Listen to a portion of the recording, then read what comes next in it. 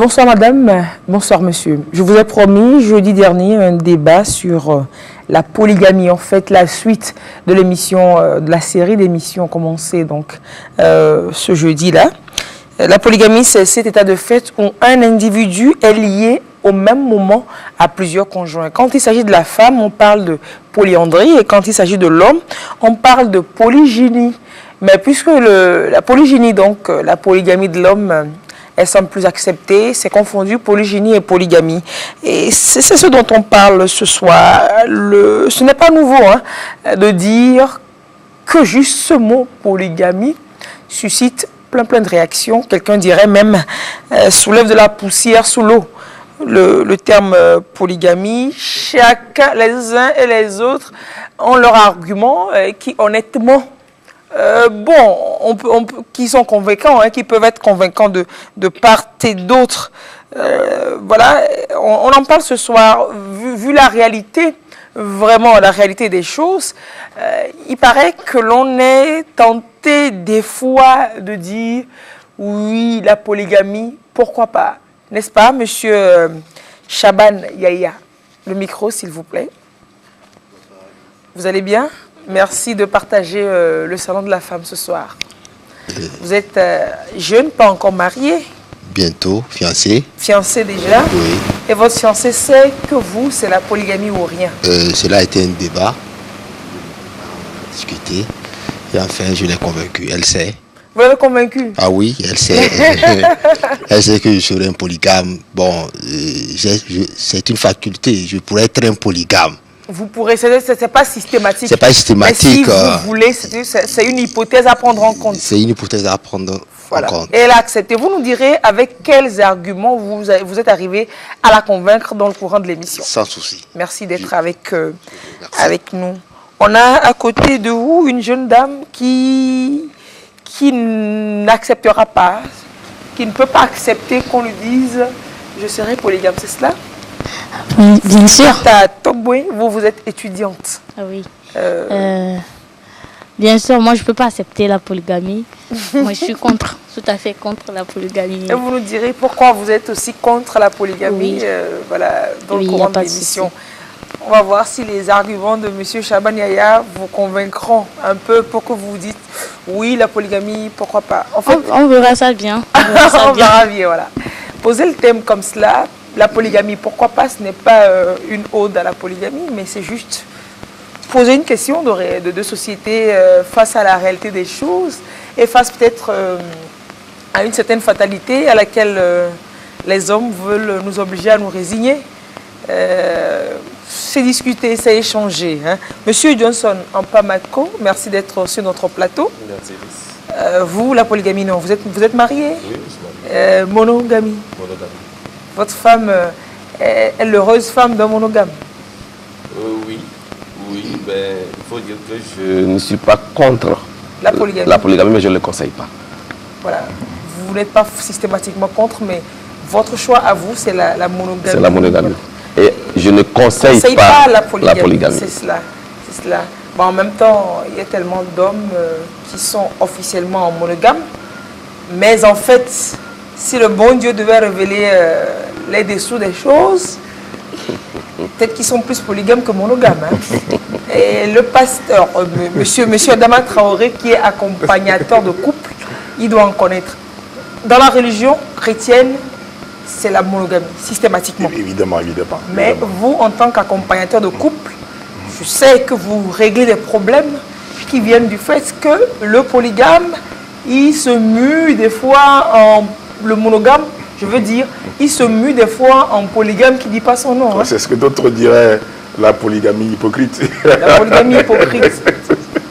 Voilà, effectivement, j'ai l'habitude de recevoir des personnes et quand ils viennent, ils sont victimes de la polygamie. Donc c'est les femmes qui viennent se plaindre là? Les femmes comme des hommes. Et les hommes qui sont victimes? Non, ça c'est depuis l'enfance en fait. C'est-à-dire qu'il y a eu des dommages, il y a eu des dégâts dans leur enfance, à cause du fait de la polygamie. Ok, voilà.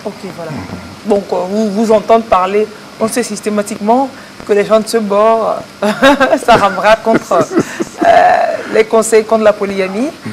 Et ce n'est pas à décourager M. Yaya Chaban. Hein. Monsieur Yaya Chaban. Pas du tout. Vous êtes issu d'un milieu où la polygamie est acceptée, musulman. Est-ce que systématiquement, musulmans devraient rimer avec polygamie? Il y a des musulmans qui ne sont pas polygames. Je crois que là, c'est un cliché que les gens ont. La polygamie, ce n'est pas une obligation dans la religion musulmane. C'est une permission. C'est une permission. C'est une permission. Mais ce n'est pas une obligation. C'est une autorisation. C'est une autorisation. Et parce que quand vous regardez les versets qui parlent de cette polygamie, on dit vous pouvez épouser 2, 3, 4 femmes. Mais si vous craignez d'être juste avec elles, soyez... Si vous pouvez les aimer de la même façon. Non, pas du tout. Ça aussi, je suis contre cette on n'a pas dit ça dans interprétation. Le Coran. Non, c'est pas dit. Qu'est-ce que ça dit dans le Coran? On dit, et vous voulez que je vous récite? Il dit,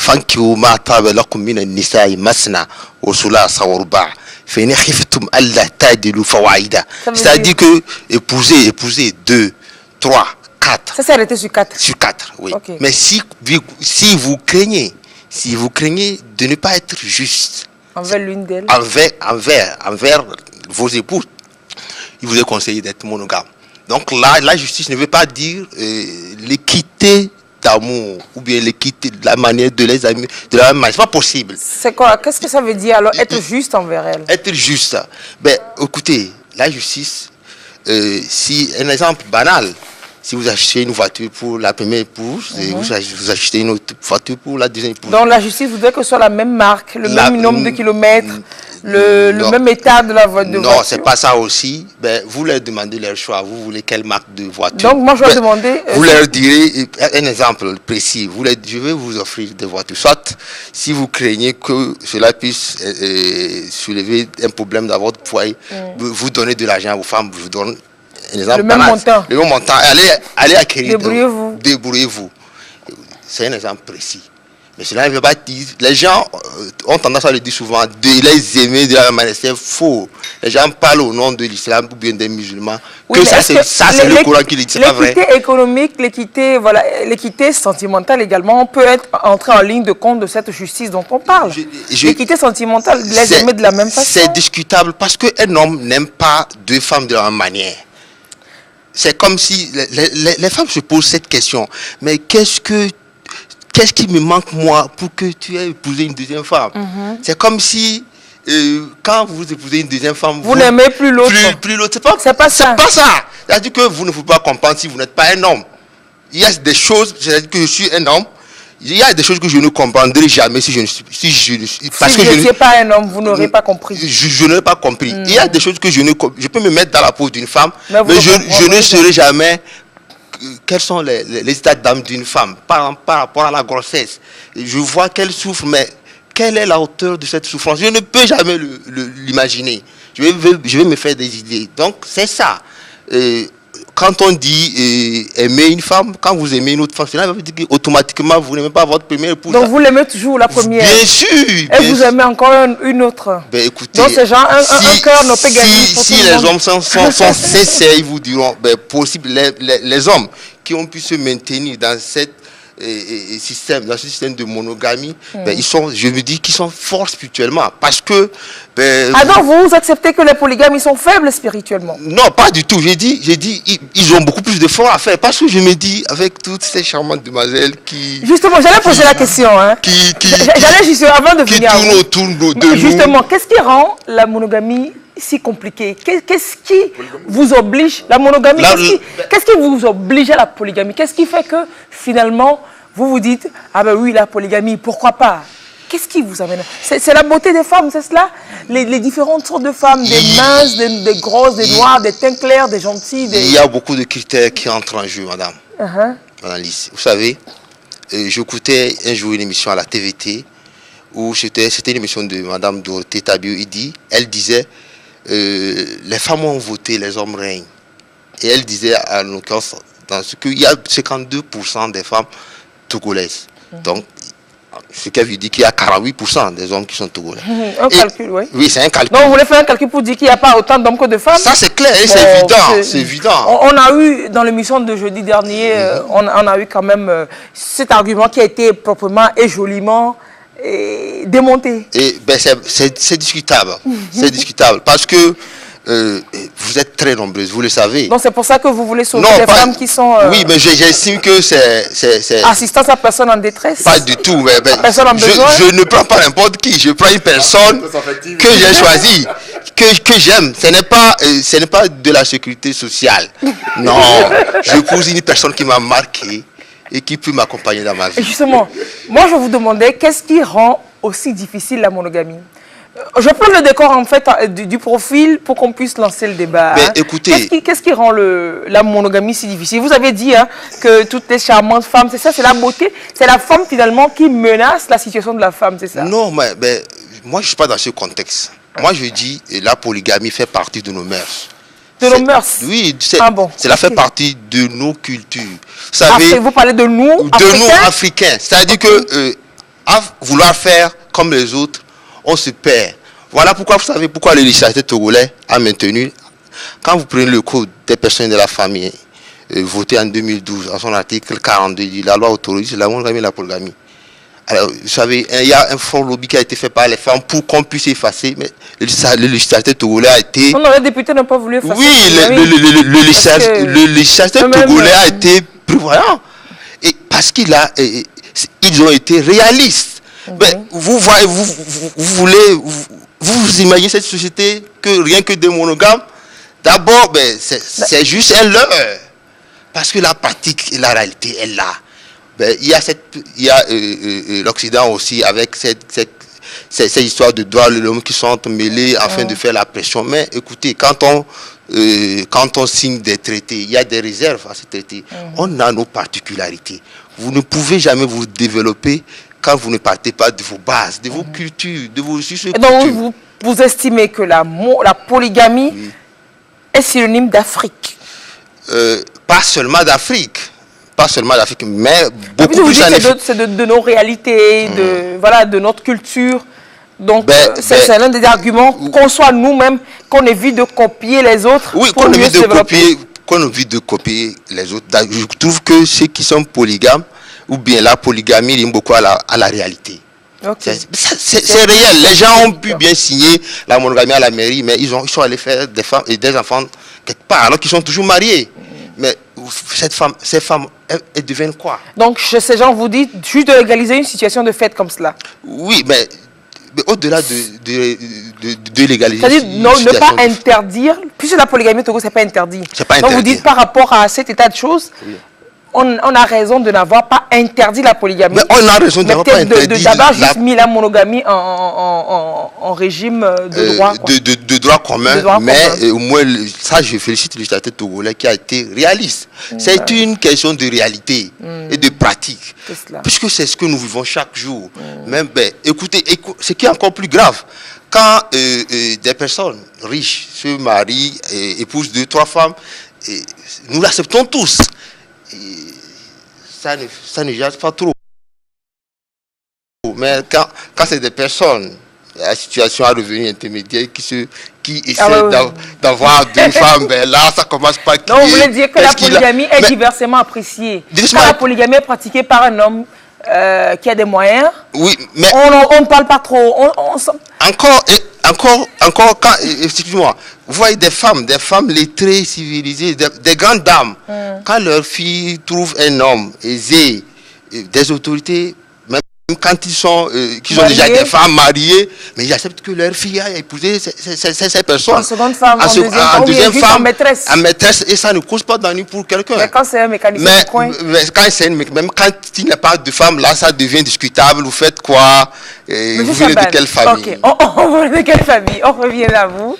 Tantôt, monsieur Ampa Johnson, vous avez entendu ce qu'il a dit? Oui, sur toute la ligne. Oui, j'ai compris qu'il a des arguments solides pour convaincre sa femme. Il attend sa femme qu'il puisse convaincre. Oui, mais puisqu'il nous avait dit en début d'émission qu'il est arrivé à convaincre sa femme. Voilà. Alors, une parenthèse, je reviens à vous tantôt. Donc, c'est avec ces arguments que vous avez convaincu votre femme. Alors, qu'est-ce que vous lui avez dit d'autre? Parce que moi, ça ne m'aurait pas vraiment convaincu. Qu'est-ce que vous lui avez dit d'autre pour la marquer, pour le faire pour lui dire, à moins qu'elle soit de votre milieu et que la polygamie ne choque pas. D'abord, chez les musulmans, il paraît qu'on les éduque, les jeunes filles, depuis le bas âge, à accepter d'être deux. Parce qu'il paraît que celle qui ne veut rester que seule, qu'on lui inculque qu'elle est une mauvaise personne, tu ne voudras pas ne pas accepter la polygamie pour qu'on t'étiquette que tu n'es pas bonne, tu es mauvaise, etc. Ou bien? Je ne crois pas, ce n'est pas d'actualité, cette éducation-là. Elle n'est pas d'actualité. Ah, vous n'avez pas fait des études, c'est discutable toujours, comme vous aimez dire. C'est discutable, vraiment. Oui, mais je crois que ce n'est pas d'actualité. Alors, qu'est-ce que vous avez dit à votre future femme, à votre fiancée actuelle, pour qu'elle sache, là, elle est convaincue qu'elle sera dans un foyer qui sera polygame, qui pourra être polygame? Vous savez, on est tous des musulmans. Elle est aussi musulmane. Donc, c'est pour ça que c'est aussi facile. Non, ça n'a pas été facile. Et même quand elle a accepté, je ne suis pas aussi naïf que ça. Au moment opportun, je sais qu'elle va tout faire pour l'empêcher. Parce que j'ai des expériences là-dessus. Il y a des parents les femmes des parents qui ont accepté cette histoire de polygamie. Au moment opportun, elles ont tout fait pour l'empêcher. Donc, finalement, on va dire que c'est juste avec ces arguments que vous êtes arrivé pour le moment à vous dire que vous avez convaincu. Oui. Pour le moment. Le moment venu, on saura. La capacité pour moi, un jour, même si je vais marier, d'avoir une deuxième épouse, au moins, c'est un acquis. Et je n'irai pas devant le maire pour signer la monogamie. Et c'est que devant le maire, systématiquement, c'est la polygamie. Vous allez dire polygamie. Monsieur Johnson, on revient au fond. Oui, j'ai suivi tout ce qu'il a dit. Moi, je dis, je ne suis pas contre la polygamie. Pourquoi vous n'êtes pas contre la polygamie? Quand je ne vais pas prendre ces argumentations, c'est vrai que quand je prends, moi, personnellement, mon expérience, j'ai fait l'expérience de la polygamie. Vous aviez combien de femmes? 2. Vous aviez 2 femmes. C'était comment? Non, j'avais fait l'expérience. Il dit, vous aviez 2 femmes. Voilà. Dit. Et c'était pour un moment. Parce que j'avais vécu un concubinage assez mouvementé, difficile. Et j'ai opté pour cette solution. La polygamie? Oui. Vous êtes allé à la mairie avec les 2? Non. Ok, mais vous avez fait la seule polygamie de fait? Voilà, polygamie de fait. Vous viviez ensemble? Oui, on a vécu ensemble. Vous 3? Oui. Et c'est courageux pour le faire. Hein? Oui, justement parce que je me suis dit, est-ce la solution pour avoir la paix? Non, vous n'aviez pas la paix? Oui, c'était un moment assez difficile. Bon, pas avec celle avec qui je suis aujourd'hui. Oui, mais on veut comprendre. Justement parce qu'il faut... Qu'est-ce qui vous a poussé à sortir de cela? Vous deviez être gâté. 2 femmes en même temps pour vous seul? Non, justement. C'est-à-dire qu'avant d'en arriver là, c'était parce que il y avait un concubinage que je ne supportais plus, où on se chamaillait pratiquement tout le temps. Vous, les 3? Non, pas les 3. Les avec 2? La première. Oui, bien sûr. Les 2 se chamaillaient tout le temps? Non. C'est-à-dire que ma femme et moi, c'était ça. Et je me suis dit, bon, peut-être qu'en prenant une seconde épouse, ça allait régler le problème. On dit une femme... On dit, en fait, généralement, il y en a qui disent une femme, c'est des problèmes. Pourquoi tu en prends 2? Il y en a une qui t'a créé des problèmes. Justement, moi, je vais te raconter une anecdote. Oui, allez-y. Il y a un vieux qui nous disait, quand tu as des problèmes et qu'on ne se rend pas compte que tu as un problème, il faut en ajouter encore. Et là, on saura vraiment. Voilà, on dit, le gars là, il a fait des problèmes. C'est un peu ça. Et puis en fait, c'est un argument aussi que prennent les hommes. Ils disent que j'ai une seule femme à la maison, elle se permet tout. Elle ne mesure pas qu'elle peut me perdre. Je vais lui adjoindre une seconde femme. Là, elle va réaliser le danger, la menace qui pèse sur elle et elle va se ressaisir. Voilà. C'est un peu ce que vous avez pensé aussi. Voilà, c'est un peu ça. C'est un peu ça, mais... Donc celle que vous avez amenée la seconde, elle savait qu'il y avait quelqu'un d'autre? Oui. Ok, elle est venue. Oui. Et comment ça s'est passé? Vos problèmes ne se sont pas atténués? Atténuer, le contraire d'atténuer, c'est quoi? Aggraver. Voilà. Donc ça, c'était plus aggravant. Et pour être sincère, ça a été un moment difficile. Alors, qu'est-ce qui causait les problèmes entre ces femmes-là qui habitaient ensemble? Je ne peux vraiment pas le dire parce que j'avais eu l'impression que tout le monde veut en créer pour te faire souffrir, toi. Toi, l'homme? Ou toi, l'homme, voilà, justement. Ah ouais, pourquoi est-ce qu'elle voudrait te faire souffrir? Oui, peut-être qu'elle veut créer pour nuire à l'autre. Parce qu'en réalité, aucune femme n'aime la polygamie. Même celle qui dit qu'elle pourra supporter. Aucune femme n'aime. Maintenant, quand on accepte, comme il a dit, on arrive à convaincre pour que tu acceptes.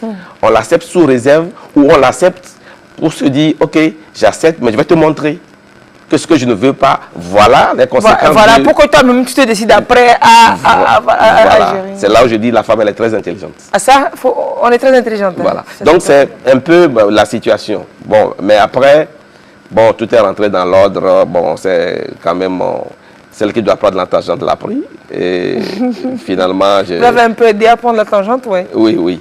Et là, je me suis dit, avec cette expérience, je ne peux plus conseiller à quelqu'un de faire de la polygamie. Oui, oui, oui. Et au mariage, j'ai signé la monogamie. Donc, vous avez dit, monsieur le maire a dit, vous êtes marié sur de la monogamie? Oui, oui, oui. Ça va maintenant, vous êtes content? Oui, ça va.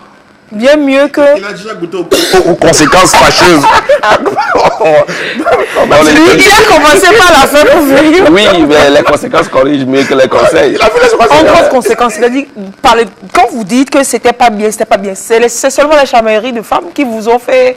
C'est seulement ça, rien que ça? Plus ça. Mais il y a d'autres choses. Quoi? Où, par exemple, quand tu n'es pas là, il y a tel qui crée un problème qui va se retrouver auprès de ton père, de leur beau-père. Ça dit que c'est un ensemble de... Ah, quand au moins tu n'es à l'aise. À l'aise. L'état d'esprit, tu étais mélangé. Financièrement, ça te coûte aussi, non? Oui. Bon, comme il a dit tout à l'heure, il faut essayer de mettre tout le monde à l'aise. Oui, parce que quand tu achètes... telle marque de pagne à celle-là? Il faut trouver une qui correspond, même si ce n'est pas la même chose, qui correspond à l'autre. Donc, ce qui fait que les dépenses se sont évidemment multipliées. Et bon, moi, ce n'est même pas les dépenses qui me rongeaient en fait. C'est le fait de n'avoir pas, de se retrouver que dans des problèmes tous les jours. Bien évidemment, la chamaillerie, mais on se sent comme si on est prisonnier. Oui, donc quand vous rentrez, quand vous finissez votre journée en ville, pour rentrer à la maison, vous allez vous poser 1 million de questions. On commence par faire des calculs. Ouh là là, je vais rentrer dans ça. Qu'est-ce qui m'attend à la maison? Donc si on n'a pas eu l'occasion de t'appeler pour te dire oui, il y a... Que ça s'attend, voilà. Quand même tu anticipes. Voilà, donc c'est un peu cette expérience-là que sur la base de cette expérience que je dis, il n'a pas conseillé la polygamie. La polygamie. Oui, Monsieur Chaban. C'est vrai oui. qu'entre-temps, il évoquait cet argument comme quoi les statistiques ont montré qu'il y a plus de femmes. C'est des histoires, cette affaire. Non, ce n'est pas des histoires. Oh, arrêtez non, excuse-moi, ce n'est pas des histoires. Oui, allez-y. Aujourd'hui, il y a plus de veuves que de veufs. Si nous partons de ce principe d'abord, toutes celles qui sont veuves, elles ont envie de se remarier. Bon, avec les veufs aussi, non? Il y en a moins, justement. Ce n'est pas toutes les veuves qui veulent se remarier non plus? Mais plus, parce que moi j'en ai rencontré, on en a discuté. On a l'impression même qu'à cet âge-là, on a envie. C'est normal, parce qu'à cet âge-là, tu as envie d'avoir une âme sœur, quelqu'un à côté pour partager, si ce n'est même pas une certaine vie sexuelle, mais c'est partager des moments de complicité, d'intimité quand même. C'est pour ça que ceux qui sont pour la polygamie ont en partie raison. Il faut sauver les veuves. Il faut sauver les veuves. Même si ce n'est pas affaire sociale. C'est la sécurité sociale finalement. Comme le disait monsieur. Il vous a dit un peu la galère, hein? Bon, moi j'ai vu plus que ça, donc ça ne... Attendez, donc, oui, forcément, vous êtes sorti d'un milieu polygame. De milieu polygame. Il y avait de la chamaillerie tout le temps? Non, pas du tout. Mais puisque vous avez dit que vous avez vécu plus que ça? Oui, puisque je suis dans un environnement de polygame, ma famille, mes amis, j'ai même des amis qui sont polygames, des jeunes. Vos grands frères même qui sont à l'étranger, qui sont polygames? Qui sont polygames, donc... les chamailleries, c'est-à-dire que vous êtes vacciné et immunisé, quoi? Vraiment, je suis immunisé, puisque moi-même, quelquefois, c'est moi qui joue au médiateur. Donc vous apprenez à faire ça pour votre futur foyer? Non, pas du tout, puisque je suis obligé, je suis à ta vie, comme on le dit, Batiana, je suis obligé quelquefois de le faire. Tellement d'ici, chez nous, quand même, il faut reconnaître que ces chamailleries-là ne se font pas trop voir, mais... Il y a ça en sous-marin. En sous-marin, comme vous le dites. Mais sinon, elles sont en bon terme. Elles sortent souvent ensemble. Mais est-ce qu'en bon terme de façade, est-ce que c'est vraiment être en bon terme ça? Oui, mais écoutez, vous ne vous attendez pas à ce qu'elles viennent s'offrir des fleurs. Oui. Il y a la concurrence qui est toujours... Et au profit de l'homme. Au profit de l'homme, ça, il faut le reconnaître. Merci. C'est ça, il dit au profit de l'homme. Il n'a pas rebondi dessus, mais il a saisi le puisque au moins, chacune oui. veut gagner des points, en fait. Veut gagner des points. Donc tout le monde fait pour être au moins classé, pour avoir plus de points que l'autre. Donc, et ça, c'est à l'avantage des hommes. De l'homme. Oui. De l'homme. C'est ça, oui. De moi. De vous. Monsieur Adama Traoré, oui, accompagnateur de couple. Vous avez sonné quand même. Hein? Oui, entendre monsieur Chaban et monsieur Johnson. Donc, lui qui est revenu effectivement de meilleurs sentiments. C'est vrai, il n'y a pas plus correcteur que les conséquences. Que les conséquences, en fait. Voilà. Je crois qu'il faut que nous allions à l'origine. C'est Dieu qui a institué le mariage. Ça ne vient d'aucune invention humaine. C'est vrai, l'homme va vouloir en faire des copies. Mais ce sera effectivement des copies aussi pâles, piètres. Tellement pâles, ouais. Et puis, tout en ratant, en fait, le but, l'objectif. L'essence véritable. La qualité substantielle même de la chose. Dieu étant le créateur de l'homme et de la femme, alors il va instituer quelque chose qu'on appelle le mariage pour leur équilibre, pour leur épanouissement et aussi effectivement pour le bien de l'humanité entière. Parce qu'en fait, en créant le mariage, Dieu va assigner à chaque famille une destinée. Et cette destinée doit servir à sa cause. Voyez? Donc on le voit depuis le jardin d'Éden, lorsque l'homme a chuté, lorsque l'homme a décidé de désobéir à Dieu, mais cet objectif va être toujours dans le plan de Dieu. Il va le mener tant bien que mal, mais il le mènera toujours. Vous voyez, donc il va à cet effet établir dans son manuel tout ce qu'il y a comme principes, règles et lois et commandements pour le bon fonctionnement du mariage. Parce que le mariage, il est fait pour l'épanouissement des conjoints, oui, et aussi des membres de la progéniture. Exactement. Voilà. Donc, aller à l'encontre des règles, des principes, ou bien même méconnaître les règles et les principes du mariage, c'est aller effectivement contre soi. Voilà, et M. Johnson l'a dit tout à l'heure. Parce qu'il n'y a pas que la chamaillerie. Donc, et ce n'est jamais au profit de l'homme. Ça, c'est en fait le piège dans lequel l'homme va se prendre lui-même. Parce que prendre une femme, une deuxième femme plus jeune que la première, bon, c'est pour son plaisir, c'est pour sa notoriété, parce qu'il s'est dit effectivement qu'il a l'argent, et ça l'expose un tant soit peu à l'admiration. Ça, c'est ce qu'il pense. Mais finalement, il va être effectivement l'élément d'un champ de bataille et de conflit. Voilà. Et il trouve que c'est à son profit. Hein. J'arrive. C'est pourquoi il va se retrouver au milieu d'un champ de bataille et de conflit. D'abord, il va être transformé en manipulateur. En manipulateur. Et je dirais en politicien, pas en politique. C'est-à-dire qu'il va user de mensonges, de subterfuges. De part et d'autre. De part et d'autre. C'est un vrai jeu de funambule qu'il va faire. Hein. Donc, vous comprenez effectivement tout ce qui peut être comme conséquence, ou tout ce à quoi peut être exposé un funambule. Hein? Il va se retrouver dans le vide. Complètement, ouais. Il peut se retrouver dans le vide, une chute libre. Vertigineuse. Vertigineuse. Parce que dans la polygamie, il va se former toujours des coalitions. Qu'on le veuille ou pas. Même quand il y a, comme il dit, une tranquillité, ben, elle est de façade. Elle est de façade. Parce que celle qui va s'attacher à lui, c'est la première, affectivement, mais la deuxième, elle viendra peut-être pour les biens. Bah, peut-être pour l'amour aussi. Non. Elle sait que le type, il est déjà, parce qu'il est déjà quelqu'un. Oui. Et puis, il est établi socialement, économiquement. Bon, sécurité, une certaine sécurité. Voilà, il y a une certaine sécurité. Non, la deuxième viendra toujours pour ça. Parce qu'une femme qui aime n'acceptera jamais de partager son homme. La première va s'attacher à lui, parce que la Bible dit, l'homme qui quittera son père, sa mère, s'attachera à sa femme, pas à ses femmes. On ne peut s'attacher qu'à une seule personne. Il a dit, on ne peut pas aimer de la même façon. Et là, ça c'est vrai. C'est cela. Alors, voilà. On pourrait tenter de dire que ce que vous dites n'est applicable qu'à ceux qui croient en le livre que vous évoquez, en la Bible. Non. Lui, dans son Coran, son prophète, il a été polygame. Ce n'est pas question de Bible, ce n'est pas question effectivement de Coran. Il y a des principes qui sont établis. Ce n'est pas une question d'occidental, ce n'est pas une question d'africain. C'est universel. C'est Dieu qui a établi sa chose. Maintenant, il assigne à cela des règles, des principes et des lois. Voilà. Quand il y a effectivement des principes physiques, des lois physiques, c'est applicable en Afrique, aux États-Unis, en Asie. Quand on parle de la pesanteur, la loi de la pesanteur, c'est les mêmes. C'est applicable partout sur la Terre. Oui. Voilà. Donc ça, c'est les mêmes lois, les mêmes principes qui sont appliqués. Et aller à l'encontre de ces lois, de ces principes, ça se fait mal. Voilà. Donc, et c'est pourquoi on va, non seulement ces coalitions, bon, il parlait effectivement, c'est pas seulement que la chamaillerie. Il n'y a pas de paix, il n'y a pas d'harmonie, il n'y a pas d'unité. Oui, mais il y a certains hommes qui estiment que vous êtes heureux, avec une femme, non? Il dit, vous êtes heureux avec une femme, imaginez avec 5 femmes, vous serez aux anges. Voilà. Si ça fait heureux, heureux 5 fois, quoi. C'est ça. Et puis la relation conjugale se construit sur la connaissance des lois et des principes établis à cet effet.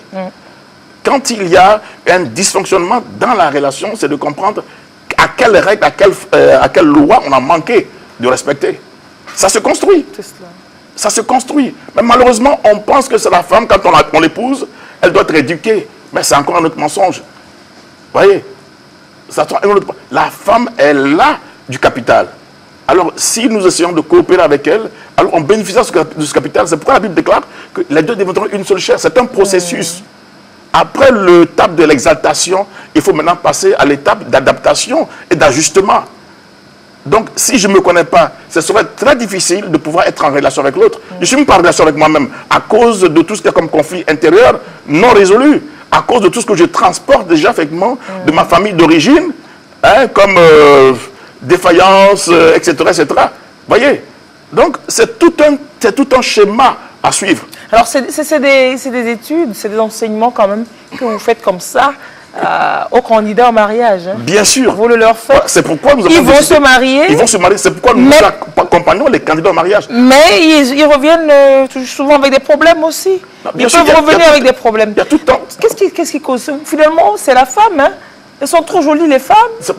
Mais vraiment, c'est le cœur généreux de l'homme qui ne peut pas laisser l'autre femme là sans homme qui veut l'assister. L'homme a besoin d'être connecté à la source de vie. L'homme à lui seul est très exposé à toutes sortes de faiblesses, de vulnérabilité et de fragilité. L'homme a besoin d'être... Il a dit en fait que les vrais monogames, il est trop spirituellement fort. Oui.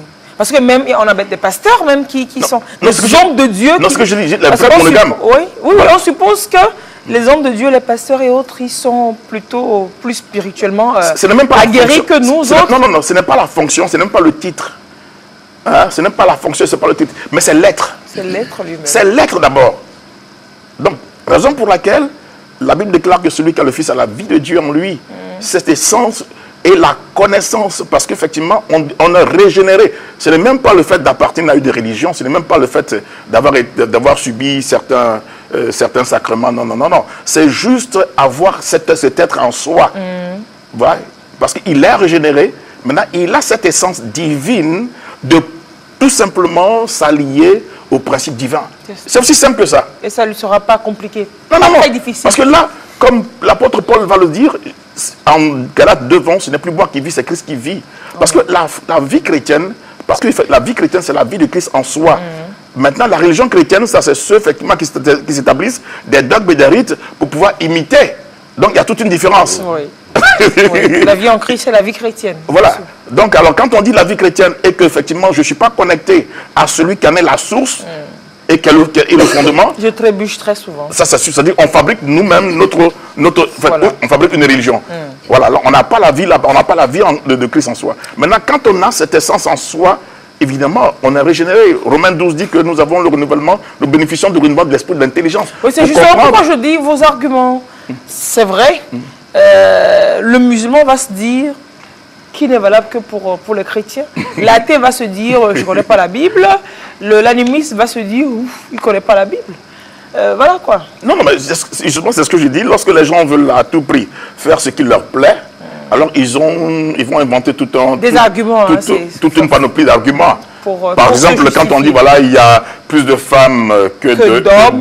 Donc il faut faire selon les Nations Unies, selon les chiffres des Nations Unies, dans le monde, c'est-à-dire on prend un plan général, il y a plus d'hommes que de femmes. Ah oui? Oui. Comment? Ça c'est mondialement. Mondialement. C'est-à-dire que si on parle de la... Moi, je pensais que même sur le plan mondial, il y avait non. plus de femmes que d'hommes. Il y a plus de femmes, il y a plus d'hommes que de femmes. Mais seulement que c'est inégalement reparti selon sur le globe. Et le Togo a la chance, les hommes togolais ont la chance d'avoir plus de femmes que d'hommes. Et en plus, c'est Dieu qui a créé sa chose. Comme ça. C'est à lui de gérer. Il t'a pas dit, homme, sauve-moi. Faut me sauver. Voyez, donc, on parle, on rate ce... Parce qu'on dit, aime ta femme. C'est ce qui est demandé à l'homme. Aime ta femme, n'a pas dit aime tes femmes. Alors, si j'aime ma femme, alors qu'est-ce que je crée? En fait, je produis un être épanoui, équilibré. Elle va être en contact avec d'autres femmes. Donc, ce qu'elle vit, elle va le transmettre à d'autres personnes. Maintenant, n'oublions pas que la femme a une influence. Voilà. Donc, vous allez prendre une seule femme déjà, elle a une influence sur vous. Maintenant, si cette influence est connectée à la bonne source, vous êtes béni. Si elle est connectée à la mauvaise source, vous serez malheureux. J'ai vu des hommes qui ne buvaient pas du tout, mais aujourd'hui qui sont devenus des sous-marins alcooliques. Parce qu'ils ont fait le mauvais choix.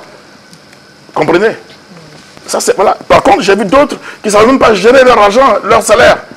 Mais le bon choix, alors la dame va l'aider à faire... À se recadrer. À se recadrer. C'est à cela, effectivement, la Bible déclare... Si vous avez les deux, ça équilibre. C'est à ce prix que, c'est à ce juste titre d'ailleurs que la Bible dit que la femme sera l'aide de l'homme. L'aide, c'est-à-dire que l'élément complémentaire. L'homme à lui seul est insuffisant. Il faut que la femme vienne l'aider, le compléter. Pas en fait quelque inférieur, mais... il y a une complétude. Voilà, donc c'est pourquoi ils ne deviennent pas des êtres supérieurs, inférieurs. Non, ils deviennent des partenaires dans le mariage. Une seule chair. Une seule chair. C'est cela. Voilà. C'est cela. Alors, mademoiselle, vous qui êtes étudiante, pour quelle raison est-ce que vous disiez que vous ne pouvez pas être d'accord avec la polygamie? Avec tout ce qu'on a dit, tout ce que Chaban a dit, tout ce que monsieur... Oui, j'ai compris. Les hommes, ils ont donné leur argument. En fait, pour moi, tout d'abord, la polygamie n'est pas une bonne chose parce que peu importe que tu sois riche ou pauvre, chaque femme a ses caprices. Et nous, les femmes, nous sommes très capricieuses. C'est pas toutes les femmes qui vont accepter ça, hein? Parce qu'il y en a qui vont dire non, je ne suis pas capricieuse du tout. Parce que chacun a une éducation différente. Tu prends une femme, elle vient avec l'éducation qu'elle a. Forcément. Toi, l'homme, tu as envie qu'elle soit à ta façon, ou bien si peut-être, comme monsieur vient de le dire, elle n'est pas assez, je ne sais pas, bonne. Donc, vous voudrez qu'elle soit comme vous voulez. Votre idéal. Vous devrez la changer. Vous l'aider. Vous l'aider à changer. Premièrement, moralement, d'abord, elle a quitté ses parents pour venir rester chez vous. C'est parce que c'est vous le pilier maintenant. Vous devrez subvenir à tous ses besoins. Toutes ces charges sont sur vous. Maintenant, avec ça, vous allez encore prendre une seconde femme qui, elle aussi, va vouloir va venir avec une autre éducation.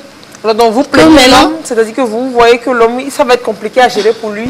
Oui, c'est que ça va causer toujours un problème, même si ce n'est pas au niveau des femmes.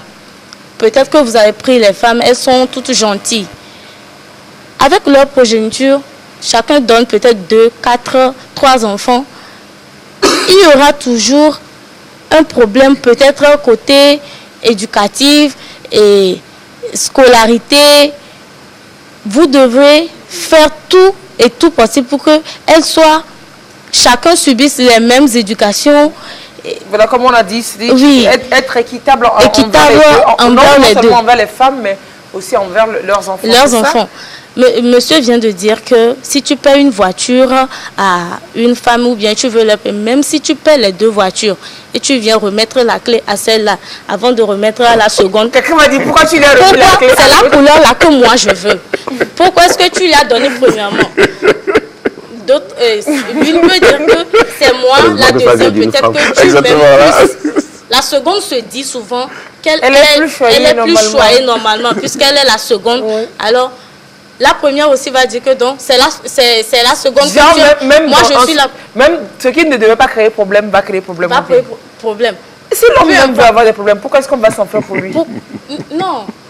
C'est que, toi-même, tu vas mourir à petit feu. Physiquement, tu dois devoir satisfaire les deux femmes. Si de lundi... Physiquement, on suppose peut-être qu'un homme, pas systématiquement pour tenir la vie sexuelle du couple, quand vous êtes monogame, vous ne le faites pas crac-crac de lundi à dimanche. Peut-être qu'il y a des jours, vous faites la pause, je ne sais pas. Mais... Et puis, ce n'est pas une histoire de programmation systématiquement. C'est une histoire d'envie, de tendance, de mood. Mais quand vous avez deux femmes, c'est-à-dire que c'est une affaire de répartition. Hein. J'avais dit que la polygamie n'était pas une obligation, c'était un choix. Oui. Ne deviens pas polygame qui veut. Deviens polygame qui peut. Qui peut. Ah oui. Vous ne pouvez pas être un bon polygame si vous n'avez pas une graine d'autorité. Vous ne pouvez pas... Même. Non, oui, mais ça c'est vous qui le dites. Moi j'ai dit d'autorité. Oui. Vous ne pouvez pas être polygame si physiquement vous n'êtes pas au point. Si déjà pour séparer les querelles. Oui, déjà, oui, physiquement et physiologiquement. Bon, vous avez un bon gabarit. Oui, déjà, l'obligation du lit. Si avec une femme vous avez des difficultés à accomplir le droit l'obligation du lit, ça ne vaut pas la peine d'épouser une deuxième femme. Vous allez vous créer des problèmes. Je vous avais dit, ne deviens pas polygame qui peut. Qui veut même, qui veut, mais deviens polygame qui peut. Bon, au-delà, quand vous nous dites des problèmes par-ci, par-là, écoutez. La vie est une suite de problèmes. Qu'est-ce que vous en faites? De toute façon, vous naissez, vous faites vos études. Le jour où vous finissez, vous avez votre diplôme, vous êtes content. Mais le lendemain, vous devez chercher un travail, vous devez vous chercher un travail. Il y a un autre problème qui vient. C'est un autre problème qui vient. Donc, c'est une suite de problèmes. Mieux vous le savez, mieux vous allez bien vivre. Donc, justement, c'est pour ça qu'on se demande pourquoi est-ce que quelqu'un irait chercher encore ce qui crée problème. Parce qu'on sait que ça, c'est problème. Pourquoi est-ce qu'on va encore chercher ça? Non, ben, c'est vous. C'est vous qui le voyez sous cet angle. Moi, je ne le vois pas sous l'angle de la contrainte. Je le vois sous l'angle de ma capacité à pouvoir gérer 2 ou bien 3 ou bien 4 ou bien plus de 4 épouses. Voilà, le Coran s'est arrêté sur 4. Et là encore, c'est discutable. Écoutez, mais je réponds à M. Adama. La vie n'a pas commencé avec Jésus-Christ. Je suis désolé, vous m'excusez. J'ai dit à l'origine du jardin. À l'origine. Il a dit jardin d'Éden. Dieu n'a pas créé deux femmes pour Adam. Mais après Adam et Ève avaient le rôle de peupler le monde. Ils ont fait des enfants. Justement, ils devaient peupler, mais Dieu a fait une seule femme. Si on devait vite peupler, Dieu avait la capacité de donner des femmes à Adam. Je trouve que c'est une interprétation caricaturale. Vous m'excusez. Après, vous prenez le prophète Abraham. Abraham avait 2 épouses. Vous prenez Salomon. Par la force des choses. Oui, Salomon, aujourd'hui, regardez effectivement le problème israélo-palestinien. Voilà, ça vient de la descendance d'Abraham. Donc, non, ça vient d'où? Non, mais ça vient de la mauvaise volonté des hommes et des États à régler ce problème. Ne le mettez pas sur Dieu. C'est trop facile. C'est ça. Ne le mettez pas sur Dieu. Aujourd'hui, vous avez des règles. Ismaël et Isaac. Voilà. Oui, mais Ismaël. Ça vient d'où? Quand Sarah a donné sa servante égyptienne à Abraham. Oui. Voilà. Et finalement, qu'est-ce qui s'est passé? La même maîtresse va chasser la domestique. Oui, parce que la domestique, elle devait être de plus en plus prétentieuse. Vous comprenez? Alors, donc, ça crée toujours des problèmes. Oui. Non, ça crée toujours des problèmes. Nous, nous sommes là pour gérer les problèmes. Nous sommes là pour gérer. On en a fait. Attendez, vous avez dit que vous pourriez avoir 4 femmes. Peut-être aujourd'hui, vous êtes financièrement stable. Vous avez un grand boulot. Ouais. Rien ne préserve que demain, vous ne pourrez pas... on ne peut pas vous licencier. Si vous êtes maintenant licencié, vous allez faire comment avec ces 4 femmes qui peut-être ne travaillent pas et même il y a vous parlez de la prise en charge qui va gérer tout le foyer, enfants, qui va gérer le foyer. Justement. Mais la vie ne s'arrête pas avec la perte d'un boulot. Hein. Il faut trouver un autre. Vous allez trouver un autre. Vous cherchez un autre. Et écoutez, vous-même, vous êtes déjà... quand j'écoute nos femmes, moi, je suis déçu. Vous avez fait vos études, mais psychologiquement, il faut toutes les femmes, il faut que nous, les hommes, nous prenions soin de vous. Ben, la contribution aux charges du ménage, qu'est-ce que vous en faites, non, c'est ce qui vous encourage aussi toujours dans ce choix de non, pas du tout, mais je sais que moi, musulman que je sais, il m'a été dit en Rijal que je dois prendre soin de mes femmes. Il n'y a pas, d'abord en islam, il n'y a pas question de contribution aux charges du ménage. Vous épousez une femme, vous la prenez en charge. Complètement. Et même si vous divorcez avec votre femme, si elle doit allaiter votre enfant, vous devez payer pour qu'elle allaite votre enfant, pour le lait. Donc, ce n'est pas une religion de pagaille. Donc, je sais les charges et les conditions qui sous-tendent cette polygamie. Mais je dis, moi, si j'ai les moyens d'être polygame, je serai polygame. Écoutez, je vous ai dit, au-delà d'Abraham, Salomon, David, c'était tous des polygames. Oui, mais il y a des conséquences. Il y a des conséquences, monsieur Chaban. Il n'y a pas que des conséquences. Parce qu'effectivement, il y a des choses positives. Oui, mais bon, si on met dans la balance le bénéfice, le risque... je vous donne un exemple précis. J'épouse une femme que j'aime. Malheureusement, elle est stérile. Vous allez me dire d'adopter. Moi, j'ai la capacité de faire un enfant. Vous me dites d'adopter. Je ne vais pas adopter. Je vais épouser une deuxième femme pour en faire un enfant. Mais elle, pourquoi si elle veut me quitter, là, je peux comprendre. Mais j'ai dit, je t'aime. Rien n'a changé. Mais j'ai ce désir de procréation. Je veux procréer, je ne veux pas adopter. Je peux adopter, mais je veux avoir un enfant. Tout ça, ça part de du mariage. Pardon. Vous êtes mariés. Est-ce qu'on se marie systématiquement seulement pour faire les enfants? Ou est-ce qu'on se marie pour deux personnes qui acceptent de se mettre ensemble? Pour le meilleur, pour le pire. Peut-être que tu sais. Pour le meilleur, pour le pire, c'est l'ivresse le plus souvent. Ah oui, parce que le plus souvent, les femmes viennent quand pour le meilleur, mais quand c'est pire, elles plient le bagage pour partir. En fait, il y a la méconnaissance du but réel du mariage qui donne aux gens de se jeter dans des difficultés, dans des problèmes. Oui. Évidemment, quand on parle d'Abraham, qu'on parle de David, qu'on parle de Salomon, qu'est-ce qui s'est passé par la suite? On a vu juste le cas de Salomon. Regardez quelqu'un de très sage. Hein? En ce temps, on pourrait dire mondialement reconnu pour sa sagesse. Mais regardez, il va se jeter dans les bras des femmes. C'est pourquoi j'ai dit que la femme a l'influence. Vous parlez de l'autorité de l'homme. Mais quelle que soit votre autorité, vous allez faiblir. Parce que la femme a une influence sur l'homme. Comprenez? Voilà. Et c'est ce qui peut vous conduire à la perdition. À la perdition. La femme a une influence. Elle peut ne pas avoir la force physique, mais elle a une influence. C'est pourquoi, quand elle ferme le robinet, comment vous vous sentez? C'est peut-être pourquoi il veut prendre deux. Parce que si une femme... Donc la femme a une influence. Maintenant, oui, donc vous voyez, même le cas de Salomon dont je parle, regardez par la suite comment elle a terminé. Et c'est ce même Salomon qui, dans le livre des Proverbes, vous dira vanité des vanités, tout est vanité. Il a appris de ses devoirs. Vous parlez de l'homme est fait pour gérer les problèmes. Mais il a fini par comprendre qu'il n'a pas cette capacité de gérer des problèmes qu'il a engendrés et qui sont en train de le détruire. On parle de problèmes, de défis de la vie qui nous donnent à grandir. Voilà, à travers lesquels nous pouvons passer d'une étape à une étape, d'une saison à une autre saison. Mais lorsque nous ne comprenons pas les saisons dans la vie d'un individu, dans la vie d'une personne, dans la vie d'une famille, on s'autodétruit et on détruit les autres. Alors vous voulez dire, M. Chaban?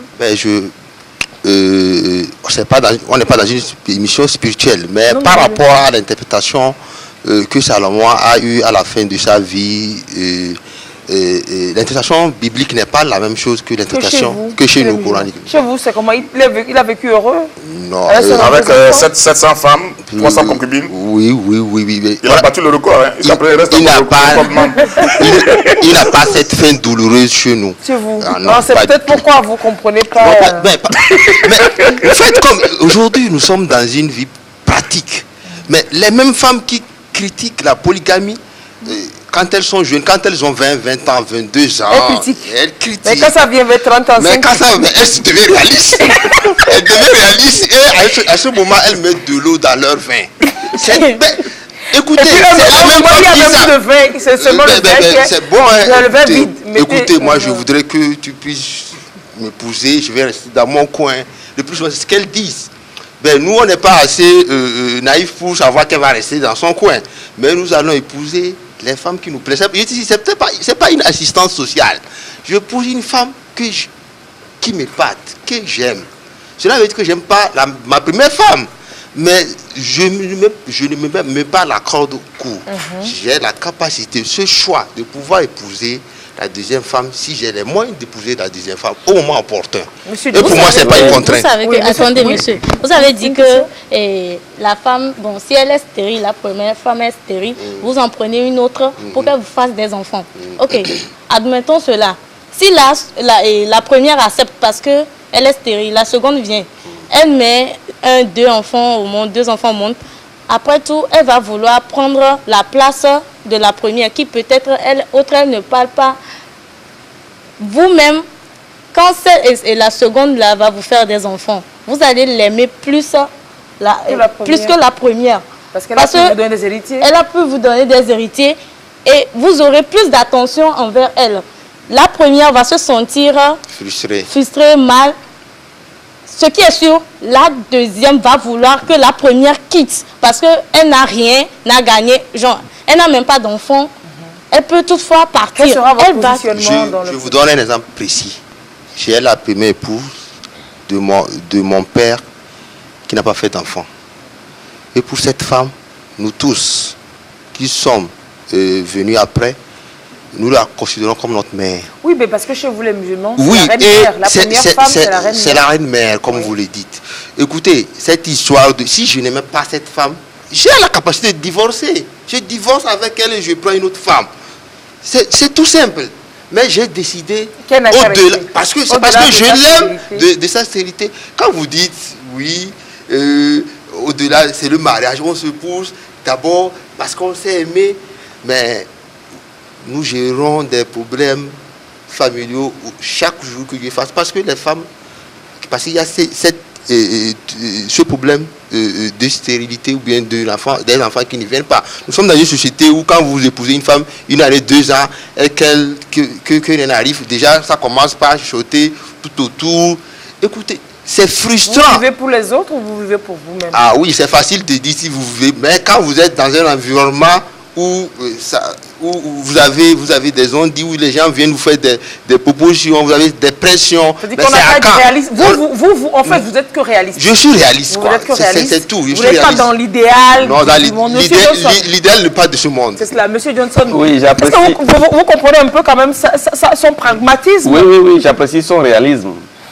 Cependant, mais qui va avoir un coût. Oui, qui va avoir un coût, forcément. Mais moi, j'ai quand même l'impression que lui, vu son gabarit, vu ses potentialités, il veut se créer plus de problèmes. En fait, il se donne plus des défis. Des défis. Parce qu'il faut vraiment se découvrir à travers les défis, en fait. Oui, mais je reviens toujours à mon expérience en disant que pour avoir la paix intérieure, c'est une seule. C'est une seule. Non, les conséquences corrigent mieux. Comme on dit. Oui, parce que moi j'en ai fait, je suis à même aujourd'hui de parler. D'en parler. Voilà. Oui, comme on dit, ce sont les épreuves de la vie qui emmènent peut-être l'homme à devenir polygame. Vous, c'était les épreuves de la vie, mais peut-être que vous êtes trompé de solution. Mais il y a des cas de force majeure aussi qui emmènent les hommes à faire ce choix. Oui, je ne m'étais pas trompé de solution. Ah, ok, parce qu'après, quand même, vous êtes revenu. Oui, parce que justement, c'est parce qu'à la base, il y avait eu ces cas de force majeure où je me dis, la solution peut-être viendrait de ça. Ou alors peut-être que vous auriez voulu faire autre chose avant, mais que vous avez fait avec le temps. Vous auriez peut-être voulu vous séparer de celle qui vous posait problème pour prendre une autre, mais vous n'avez pas eu le courage de vous en séparer. Oui, c'est un paramètre à ne pas négliger. Et vous avez rajouté une autre, peut-être espérant, vous, dans votre fort intérieur, que la première comprendrait et qu'elle libérerait le plancher. Justement. Mais quand, en passant toutes ces étapes, on se retrouve à se dire, ben, pourquoi s'être créé tous ces problèmes? Finalement, on se dit, est-ce pas mieux d'être monogame, de faire un choix et d'avoir cette paix? Est-ce que vous pensez que cette paix, vous n'auriez pas pu l'avoir avec celle avec qui vous aviez des problèmes en amont? Parce que les problèmes, on les résout toujours? Non, parce que ce n'était pas des problèmes, c'était des problèmes liés un peu au genre de jalousie. Bah oui, parce que vous aimez, vous aviez la chance d'avoir une femme qui vous aime. Bon, si l'on lit la jalousie à l'amour. Justement, on ne lit pas la jalousie à l'amour. Bon, on peut lier la jalousie à l'amour, mais il y a aussi le fait que il y a la femme qui a cette tendance à vouloir être la femme protectrice. Voilà, donc on appelle ça syndrome de l'infirmière. Voilà, donc voilà un peu de ces genres de problèmes qu'on a. Vous ne voulez pas, par contre, vous protéger d'un grand garçon? Non, non, non, peut-être pas un grand garçon en tous les cas. Voilà. Donc c'est pour ça, moi je me dis aujourd'hui, comme il a dit, la vie c'est une question de choix. Mais l'idéal, moi, c'est ce qui m'intéresse. Mais en même temps, les mêmes problèmes que vous avez, les couples monogames, c'est les mêmes problèmes. Les chamailleries, on peut en trouver dans les couples monogames. Les enfants qui manquent d'éducation, qui manquent d'encadrement et qui deviennent des enfants de la rue parce qu'on dirait que dans un couple polygame, le monsieur ne s'est pas occupé, etc. Ils sont devenus des délinquants. Justement, les enfants des couples polygames ne sont pas plus délinquants peut-être que les enfants des couples monogames. C'est là où se pose la question du choix. Moi, je dis, quand j'ai pris le temps de faire mes analyses, je me dis, quand on se marie tôt, on a le risque d'être polygame. Parce qu'on n'a pas pris le temps d'être expérimenté. Voilà, on n'a pas pris le temps d'expérimenter, de comprendre ce que d'abord c'est le mariage. Parce que alors d'avoir vu toutes les femmes. Parce qu'on prend une, on dit, et Ayonte, puis après on dit, ouh, c'est là le ton comme mieux que l'autre. Comme disait mon père, femme, tu en trouveras 99,99 fois plus belle. Prends ton temps. Prends ton temps. Il a toujours dit ça, paix à son âme. Oui. Mais dans la fleur de l'âge, on a envie d'aller vite. Et c'est après quand on se casse la gueule qu'on se rend compte qu'on aurait dû prendre le temps et de faire un bon choix. Et moi je dis, il dit, heureusement il a dit, il n'est pas obligé d'être polygame. Mais si le choix qu'il est en train de faire aujourd'hui lui convient demain, il ne sera pas polygame. Parce que quand il se sent s'il est épanoui avec cette femme avec qui il est. Voilà. Donc tout revient aux femmes. Déjà, je crois qu'il a aussi effectivement une raison, en fait, qu'il la énonce. Oui. En fait, tout ce qu'il y a comme charme qui se dégage des filles, des femmes. Et elles deviennent de plus en plus belles. Chaque année, c'est plus belle encore. C'est compliqué. Qu'il règle ça d'abord. C'est lui-même qui doit se décider. Oui, donc voilà, il fallait que vous devez vraiment ne plus être impressionné par autant de beauté au niveau des femmes, parce qu'elles pullulent, oui, mais apprécier, admirer seulement et ne pensez pas toujours les posséder pour vous. Non, c'était juste... d'accord. Il doit se dire qu'il a touché lui à la maison. Bon, surtout, en fait, j'avais eu à donner des formations où j'ai essayé quand même de regrouper les gens en fonction de leur famille d'origine. Monogame, polygame, famille composée, famille monoparentale, juste pour voir effectivement les blessures de l'enfance. Évidemment, les mêmes problèmes sont dans les différents types de familles. Que ce soit les monogames. Mais seulement qu'en fait, polygame, c'est plus accentué. Ah, ok. Voilà, c'est plus accentué. Évidemment, celui qui sort d'une famille polygame, en tout cas, il a presque, je dis pas, il est presque exposé à 50-80% de tendance à entrer aussi dans la polygamie. Mais en même temps, des personnes qui sont sorties de couples polygamiques, vu tous les problèmes qu'ils ont traversés, ces personnes qu'elles ont traversées se disent jamais je ne me mettrai dans ces pétrins-là. C'est plutôt l'expérience-là qui les prévient de la polygamie. Oui, mais en fait, parce qu'ils ont été empreints de blessures. Oui, depuis l'enfance. Depuis l'enfance. Donc, ce n'est pas ce qu'ils disent qui va qu'ils vont faire forcément. Il faut qu'ils soient vraiment restaurés pour pouvoir effectivement prendre une décision. Il peut penser ne pas être polygame, mais l'éducation et les blessures vont l'amener à reproduire le schéma qu'il ne voulait pas produire. Exactement. Voyez. Donc ça, c'est des choses qu'il faut véritablement travailler. Oui, je vais vous raconter l'anecdote. J'ai un vieil homme qui a eu 8 femmes avec 36 enfants. Ah ça, décoration. Hein. Un vrai polygame. Mais au soir de sa mort, il me disait, mon plus grand regret, voilà, c'est d'avoir peuplé la terre. C'est d'avoir fait la polygamie. Son plus grand regret. Peut-être qu'il aurait gagné encore. Il aurait pu gagner encore 5 ou 10 ans sur sa vie. C'est ça, ça tue lentement. Oui. On ne sait jamais. Bon, on ne sait jamais, mais en fait, j'ai compris ce qu'il voulait dire. Il voulait dire. C'est-à-dire qu'il s'est créé des problèmes. Il en a créé aux enfants, il en a créé aux femmes. Lui aussi, il a exagéré quand même. Oui. Non, si tu quittes, il y aura toujours des problèmes. C'est un mec bien, un mec qui rigole tout le temps. Tout le monde devient victime. Il rigole tout le temps. On ne sait pas qu'il y a des soucis. Voilà. Il camouflait en fait cette douleur derrière cette... Voilà. Oh là là. Donc, quand tu associes tout ça... Regardez-moi, quelqu'un qui envoie un message, Dieu a dit d'aimer son prochain comme soi-même. C'est pour ça que la femme doit aimer sa co-épouse comme elle. Ah bon? Non, excusez-moi, mais vraiment, arrêtez de déformer le sens de ce que la parole dit.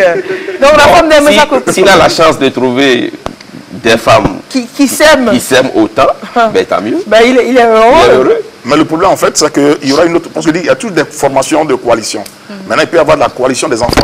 Oui, c'est ça. Oui. Même Voilà. si les femmes s'aiment. Généralement, au soir de leur vie, ils sont esselés, ces gens, ces hommes. Ils sont esselés. Il y a un polygame qui m'a dit, M. Traoré, si c'était à refaire, je ne mettrai jamais mes pieds dans la polygamie. Voilà. Vous voulez expérimenter ça avant de tirer vos conséquences aussi, M. Chaban? Je présume que moi, je suis là 100% polygame. Vous savez, C'est que c'est de conviction. Il est convaincu. Mais ce n'est pas une histoire de condition, c'est une histoire de famille, d'environnement dans lequel vous baignez, de vos parcours, de vos amis. Vous savez, donc tout ce que vous êtes en train de dire par rapport aux conséquences, ça je le sais déjà. Vous savez déjà, parce que vous êtes... Donc, mais c'est en connaissance de cause. Cela ne m'impressionne pas. Point même, vrai. Sincèrement, c'est pas pour faire... Donc vous ne voulez pas brider vos désirs, brider votre volonté, brider votre conviction. J'avais dit, je ne suis pas de nature à aller à la polygamie parce que les autres vont à la polygamie. Non, c'est... Mais si j'ai les conditions d'être polygame, je suis polygame. Et votre femme, votre future femme, elle le sait. Maintenant, ce que la question que je me pose, là, si j'avais une fille et qu'un homme en jouait et la laissait, je lui taperais sur les doigts. Oui, non, donc si vous avez une fille, vous accepterez qu'elle soit dans une famille polygame? Naturellement. Naturellement. Ce que j'ai dit, voyez les mêmes personnes qui nous chantent chaque jour la monogamie ou rien, c'est les mêmes personnes qui sortent avec les jeunes filles, avec nos soeurs. Et là, c'est frustrant. Là, ça, c'est seulement... Donc, c'est des personnes qui sont mariées monogames? Mariées monogames. Officiellement, c'est vraiment monogame. Là aussi, il y a des conséquences. Officiellement, là aussi, il y a des conséquences. C'est des monogames, voilà. Mais ils ont pas de double vie. Donc, vous voulez juste que l'on officialise oui, je veux dire, au moins, c'est responsable. C'est plus responsable de se dire, je suis polygame. De se dire, écoutez, au moins, vous êtes sincère avec votre épouse. Et envers vous-même déjà. Avec vous-même. Vous ne trompez pas votre épouse. Déjà, c'est un signe du respect d'avoir une épouse et puis d'avoir... Oui, mais en même temps, les polygames, ils ont aussi des copines et des maîtresses. C'est pas parce qu'on est polygame que les polygames, ils ont des... Oui, mais au moins, ils sont polygames, ils ont la capacité déjà d'épouser celle avec... De pouvoir envisager encore épouser. Bon, parce qu'eux, ils peuvent avoir une maîtresse et deux jours à l'autre, essayer d'officialiser. Officialiser. Mais le monogame, c'est pas possible. D'être dans la légalité. Alors que le monogame, jamais. Ben, il dit ça, jamais, moi je suis... Alors, je suis marié, je suis monogame. J'aime ma femme, ma femme, il couche avec des enfants. Allez, il y a quelqu'un qui dit, par rapport donc à la polygamie, il dit, la culture a un poids, les tabous résistent au temps. Donc, avec le temps, peut-être que les choses vont changer, ne forcez rien. Chaque pays va à son rythme. Imaginez, la première femme française a eu son permis de conduire en 1898, alors qu'en Arabie Saoudite, ce sera effectif qu'en 2018. Comme quoi, lui, il espère donc que les convictions, les mœurs vont évoluer. Que, bon, quel que soit le cas, on n'ambitionnait pas de trouver une solution à un certain problème aujourd'hui, mais on a juste posé un débat pour donner des pistes de réflexion aux uns et aux autres qui doutent encore de leur choix. Ou alors ceux qui sont tentés aujourd'hui. Voilà. J'espère que M. Chaban n'aura pas convaincu assez d'hommes et de femmes. M. Adama Traoré, accompagnateur de couple, merci d'être passé sur ce plateau-là. Merci vraiment, un grand plaisir de partager vos connaissances toujours. Monsieur Mpamako Johnson. Oui. Merci d'avoir partagé votre vie aussi avec nous. C'est un plaisir. Fulberta, vous en tirerez des éléments pour votre vie future. Je suis d'accord avec ce monsieur. En tout cas, si les hommes de l'autre côté écoutent la chaîne, ils n'ont qu'à prendre son exemple. Son exemple, c'est mieux. Non, lui, non, je veux alors qu'il est réaliste, il est pragmatique. Bon, chacun fera sa part des choses. Monsieur Yaya Chaban, merci d'avoir été aussi franc et direct, sans gants, avec nous dans ce débat. Et très belle soirée. Très belle soirée chez vous. Merci. Rediffusion de l'émission mardi matin vers 9h, 9h30. Passez une très belle soirée au premier jeudi du mois d'août. Jeudi prochain, c'est le dernier jeudi du mois et la place sera faite à l'émission Le Togo en Marche. Au revoir et on se retrouve en août.